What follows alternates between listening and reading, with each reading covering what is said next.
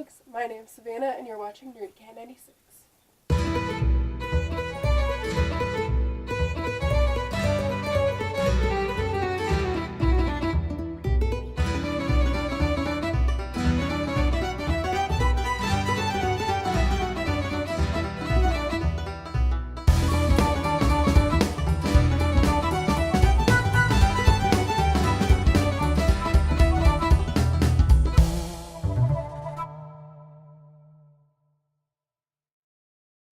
So I am so excited. Today we are discussing the entire Lunar Chronicles series by Marissa Meyer. So this series, if you do not know, includes the books Cinder, which is a sci-fi retelling of Cinderella, if that was not obvious. And it follows our main character, Cinder, who is a cyborg mechanic.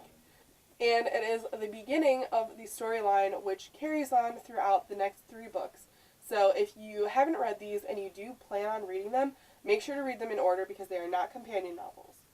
The second book is Scarlet, and this is a sci-fi retelling of Little Red Riding Hood. And it follows Scarlet, who is a French farmer who becomes extremely worried and upset when her grandmother goes missing. And she suspects that it might have something to do with a certain wolf-human hybrid that she finds eating at one of the places she delivers her produce. The third book is called Cress, and this is a Rapunzel retelling, if it isn't obvious, by the long braid on the cover. Instead of being our normal damsel in distress stuck up in a tower, Cress is still a damsel in distress, but instead, she is a hacker stuck up in a satellite. And then Winter, the conclusion to this series, is a Snow White retelling. Winter is a lunar princess, so she lives on the moon with her evil stepmother, Levana, who is the queen and basically like the main villain throughout the entire series. If this sounds like something that you'd be interested in, please check it out. It was so amazing. I can't believe it took me so long to read this series. One thing I will say, if you're not a fan of a series where everyone gets like matched up with someone, then you may not enjoy this series. There is a different romantic pair that is followed in each of the books, and all of the main relationships are heterosexual. So if that is not something that you're interested in, you might not want to read this series. I really enjoyed it. I am such a sucker for romance. Overall, I gave the series like a 4.75 stars. Next up in the video, I have a makeup tutorial that I did based on the colors on the cover.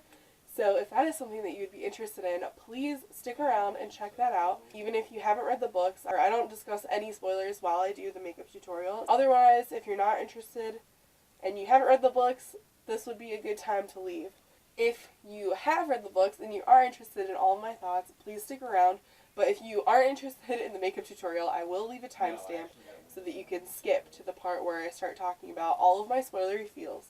Here is my makeup tutorial. Alright, so here we are. I am going to be showing you how to get the makeup look that I was inspired to create due to the beautiful covers. On every cover, like a bright red object, surrounded by like white and like a purplish blue. So those are the colors that we are going to be using to create a fun look today.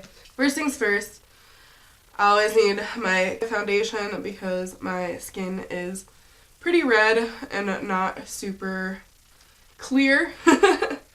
The CoverGirl Plus LA Simply Ageless 3-in-1 liquid foundation in the shade 220, which is Creamy Natural.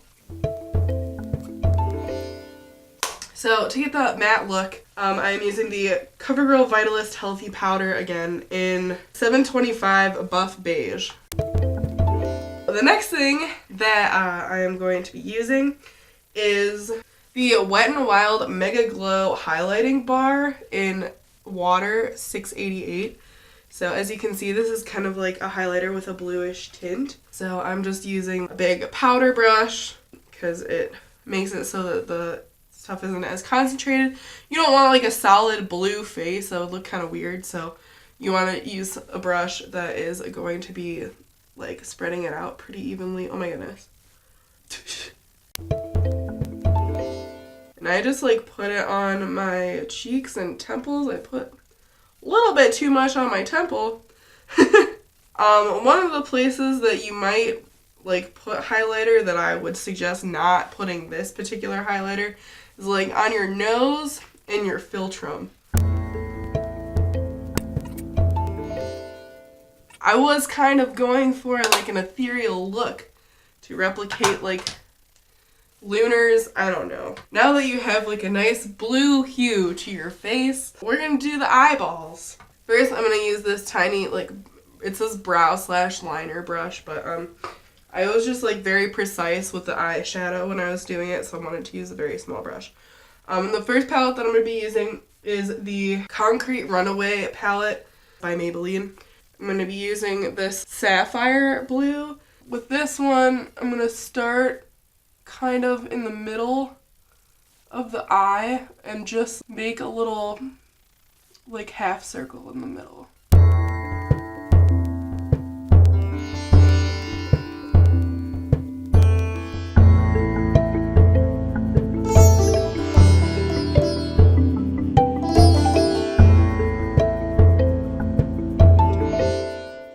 And then with the same brush, you're going to use that other darker color and you are going to put it on the outside of your eye, and you're going to kind of make a cat eye with the eyeshadow. Once you do that, it's going to look something like this, and then obviously you're going to just repeat for the other side. And then, if you're like me, you realize that you did it totally not symmetrical. And you know what? That's okay. What was it that Queen Lavanna said in the series? Like, maybe flaws contribute to perfection or something like that. But that is how the outside of your eyes is going to look. Don't Dull My Shine Glitter Eyeshadow Palette by Hard Candy. And you're going to use the shade All That Glitters, which is this like silvery blue shade right here. You are going to put this first on the inside of your eyes, and then a slight ring around the bottom. You're just going to kind of blend this shade onto the sapphire blue shade.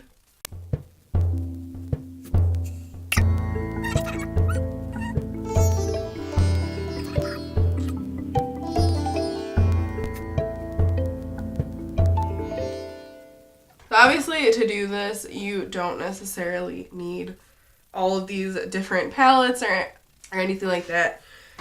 Just like the 3 different shades. I mean, you could even use like a white shade for the inside, but just like a sapphire blue, a darker blue, and then like a very light or like white blue. So that is what the eyeshadow looks like. And then we're just gonna add eyeliner and mascara. This eyeliner, I'm pretty sure I just got it from like the Dollar Tree.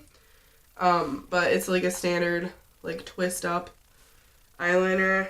But I always do the waterline, and then I usually don't do one across the top, but I am going to do one this time because I think it looks really cool. I actually like this, even though it was from the Dollar Tree, just because like it's very soft and easy to apply.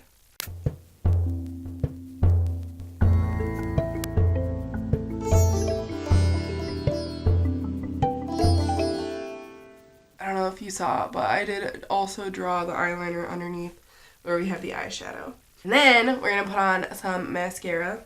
I always use the CoverGirl Lash Blast Volume. Right now, anyway, until I run out, I might get a different kind. Alright, and now that we have the eyeballs, we're going to do the lips. For the lips, I am using Wet n Wild lipstick first. C536A, which is dark wine, and we're just gonna put this all over the lips. I'm using the Flower Miracle Matte Lip in Melon Pop, and instead of using this wand, I'm going to be using this lip brush and just putting it on the inside of like the lips.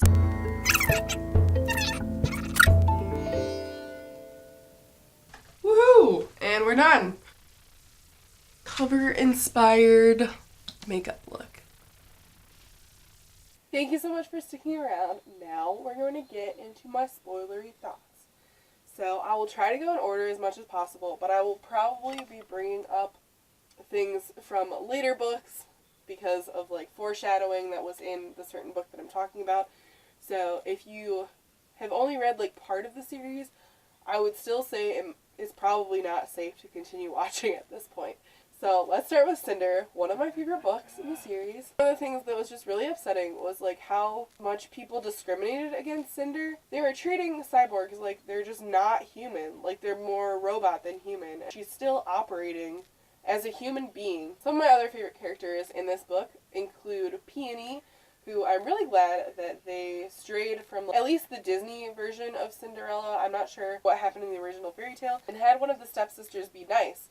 Because I feel like it is not very realistic to have, like, a good parent married to, like, a horrid parent and then just have both the kids be horrible. Like, you'd think that at least one of the kids would take after, like, the more good-natured parent. I just really liked the relationship that Cinder and Peony had in this story. My other favorite character was Aiko. One thing that I get, like, really uncomfortable about often is, like, the takeover of technology. Because, you know, people are becoming more and more dependent on technology, and it is something that always concerns me, but reading about Aiko just made me feel like maybe robots and technology and, like, befriending them wouldn't be so bad after all, because Aiko is just such an amazing android. I was, like, emotionally attached to her, even though she's not a real human being. She just had so much personality because of her defective personality chip that she was such a fun character to read about, and I just loved her, and definitely didn't want anything bad to happen to her. And I was so upset when Audrey just, like, took her apart. I couldn't believe it. So, obviously, Audrey is one of my least favorite characters in this book and the rest of the series. Like I said, I don't understand why people hate cyborgs so much. And Audrey was obviously one of those people, and so was Pearl, who should have just been named Pill, because she was such a spoiled brat, and I hated her. It was really sad, obviously, when Peony died.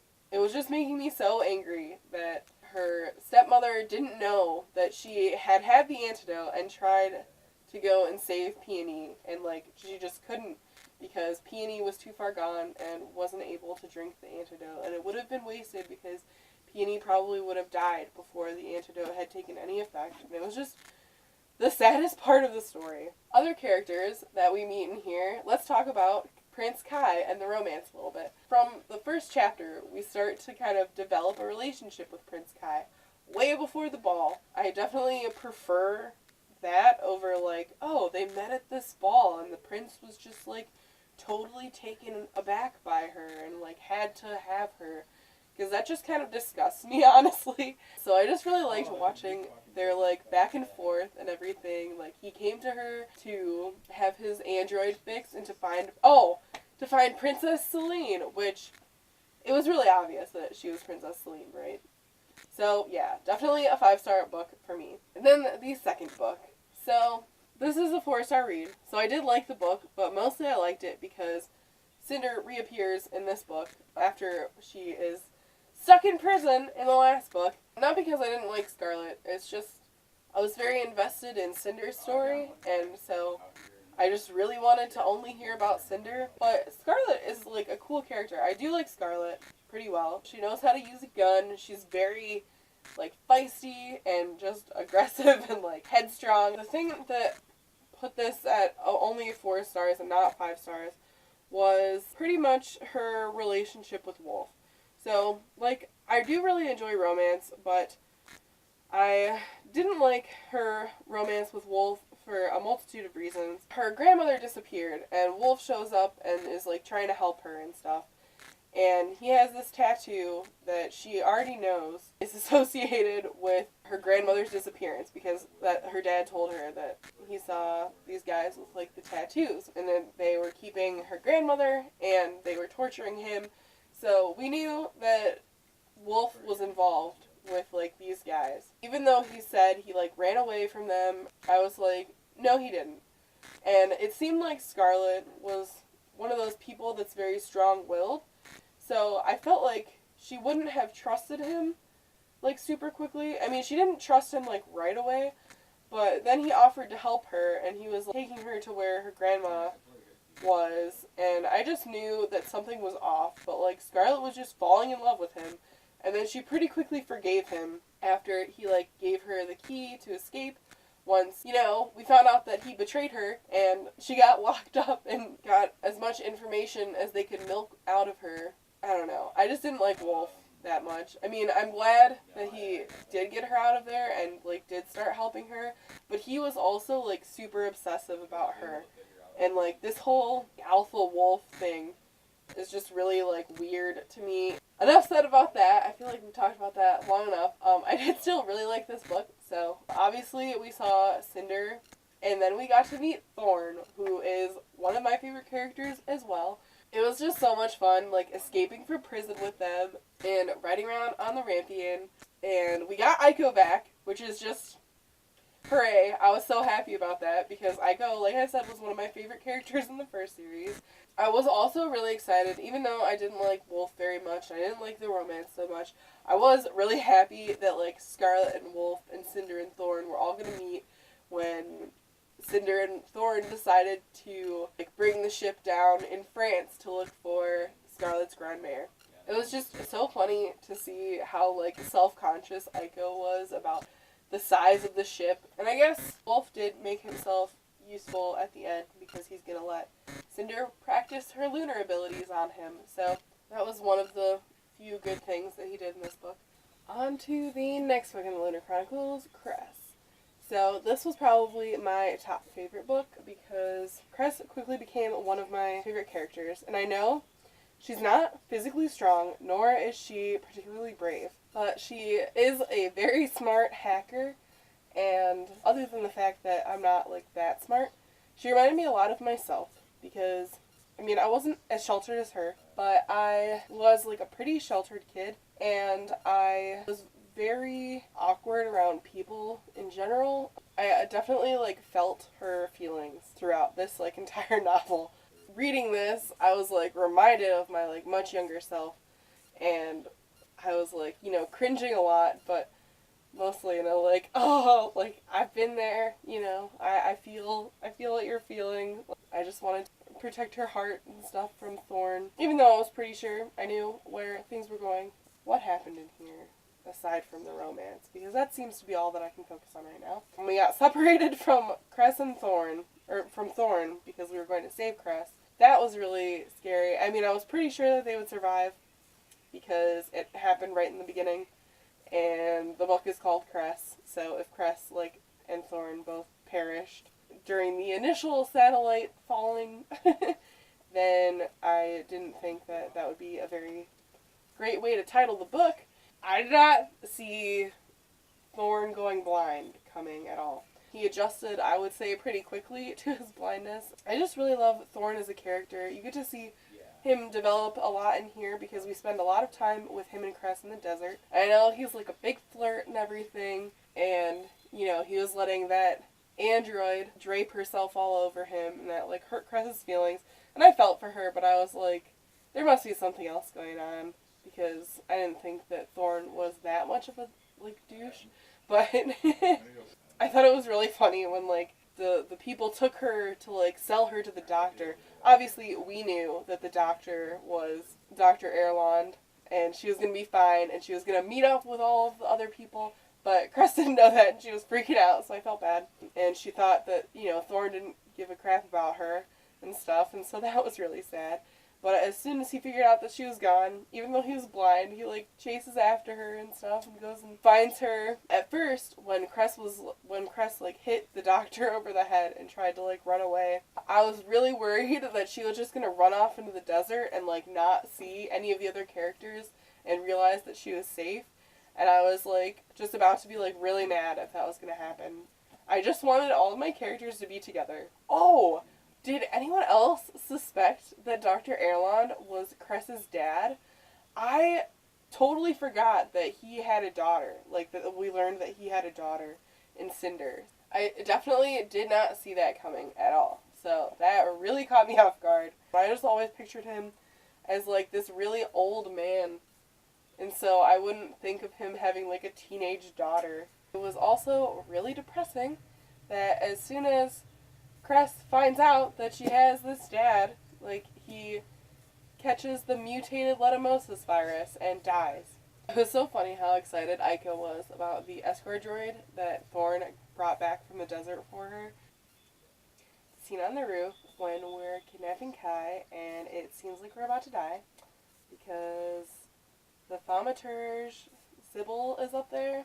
So Thorn's just like, okay, I guess we can just stop in the middle of like fighting and I'll give you this kiss because we're probably not going to make it. I guess nice of Thorn, but definitely not like satisfying. But then we've got Kai with us and he and Cinder talk things out, and then we get the Cinder and Kai kiss that is, like, mutual, because it was really uncomfortable in the first book when Cinder was just, like, trying to kiss him, and he wouldn't, like, kiss her back or anything.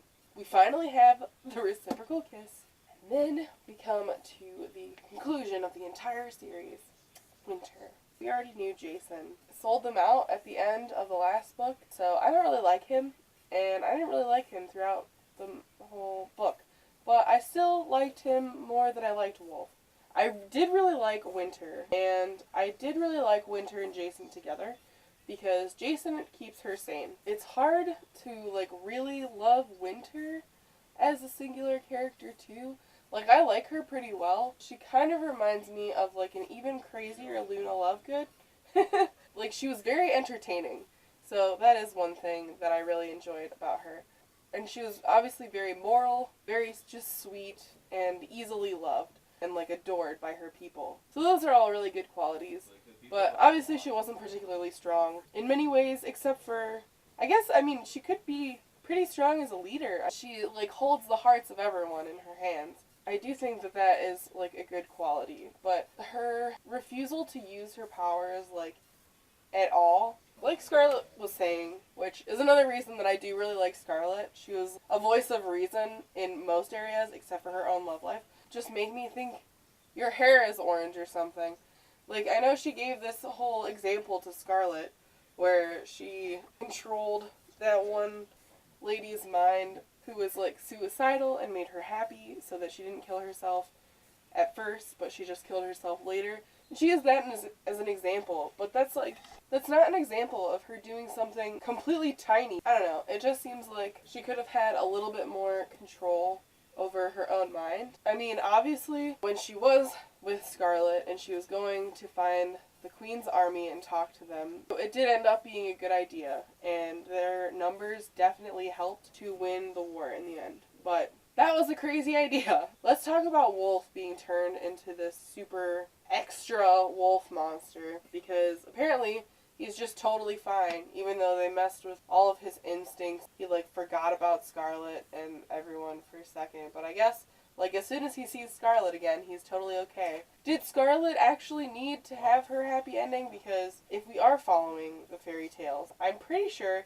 that Little Red Riding Hood does not end up in love with the wolf. I think she could have entirely avoided this Letemosis outbreak if she was just in control of her senses. Because, obviously, Jason's not just going to be running around, leave her candy with some random old hag wandering around in the woods. Obviously, this is a Snow White retelling. Maybe the whole reason that she was insane was because it had to be plausible for her to just accept this candy from this old woman. Cinder almost died so many times.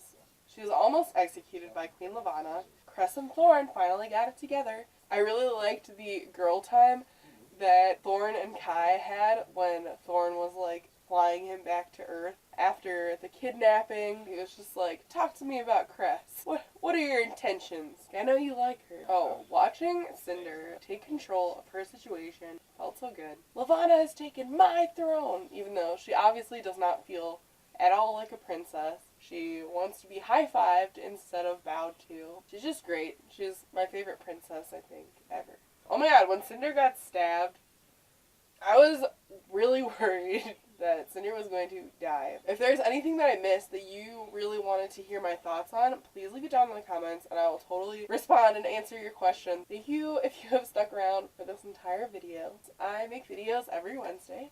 Hopefully the cats and I will see you next week. Goodbye!